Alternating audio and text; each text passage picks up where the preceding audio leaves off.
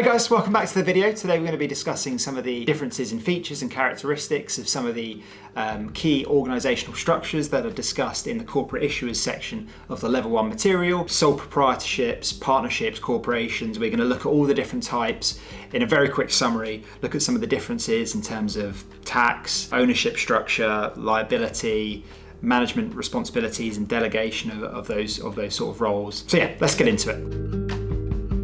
Okay, so what I'm going to do is put this slide up on the screen.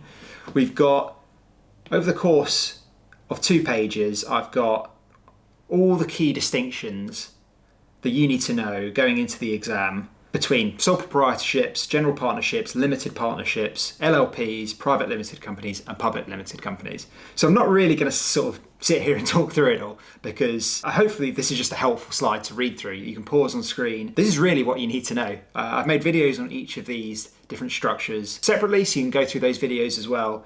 But this is really all the key points and all the key characteristics of each of these different organisational forms that can be tested in a level 1 exam. You've got separation of identity between owner and business. So for example, your sole proprietorships and your general partnerships don't see any sort of legal separation between the business and its owners. They see the business as an extension of the owner, whereas as you get more into the companies and the company structures, there is complete legal separation, right? There's the business and the owner are seen as 2 independent legal persons with their own rights, with their own obligations. They're not seen as one and the same. You've got your owner-manager relationship. So in smaller businesses like your sole traders, your general partnerships, the owners are heavily involved in the management of the business. You know, your sole trader and your partners are very much involved with the day-to-day rigors of running a business, whereas you get into limited partnerships and the general partner's involved.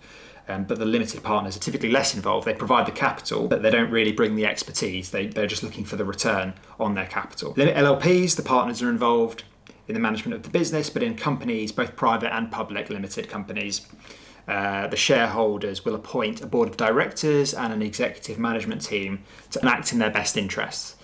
Shareholders are very seldom involved in the management of the companies that they have a shareholding in. Liability, so both sole proprietorships and general partnerships, their owners have unlimited liability. The difference is that in a partnership, at least you're sharing the unlimited liability amongst multiple partners.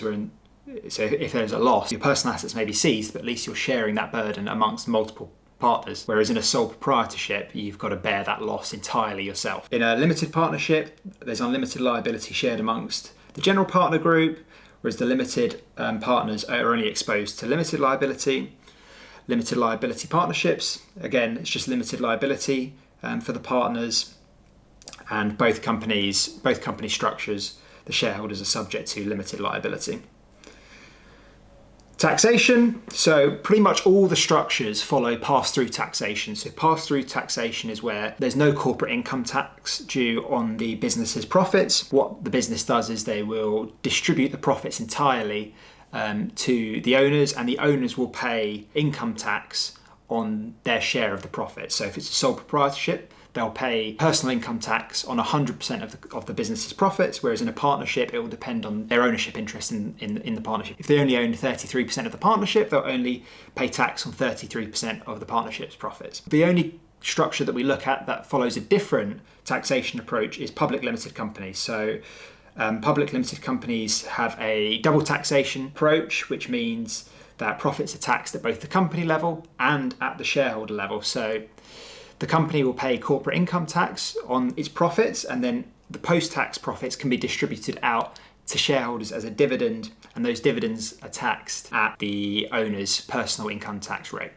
So that's one of the key disadvantages of a public limited company structure, the fact that you're potentially susceptible to 2 layers of tax, double taxation, if dividends are paid to the shareholders. And then finally, access to financing. So pretty much as you go left to right along the spectrum, access to financing gets easier and easier. So sole proprietorships are very limited in how much equity and debt financing they can raise.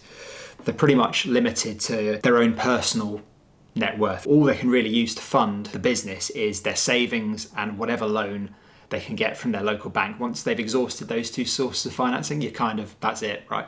You can't add more owners because you're not a partnership, you're a sole proprietorship, and you can't take on any more borrowing because you've exhausted your borrowing capacity from your lender. So sole proprietorships provide the most limited access to capital. And again, as you go from left to right, capital access becomes easier and easier until you get to becoming a public limited company where your access to financing is basically unlimited, right?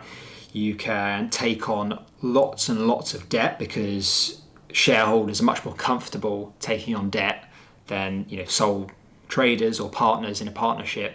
But also you can always add more shareholders, right? You can always issue new equity. There's no upper limit on how many shareholders can exist and have an ownership stake within a public company. It's completely unlimited. So there's no cap on the amount of financing that a public company can take on. So yeah, that's everything I wanted to cover. That's some of the distinctions between the different corporate structures and business structures that a firm can take. I think these 2 slides are pretty much everything you need to know when it comes to high-level characteristics of sole traders, partnerships, and companies. So yeah, I recommend leveraging the information on these pages, and hopefully it helps in your level 1 exam.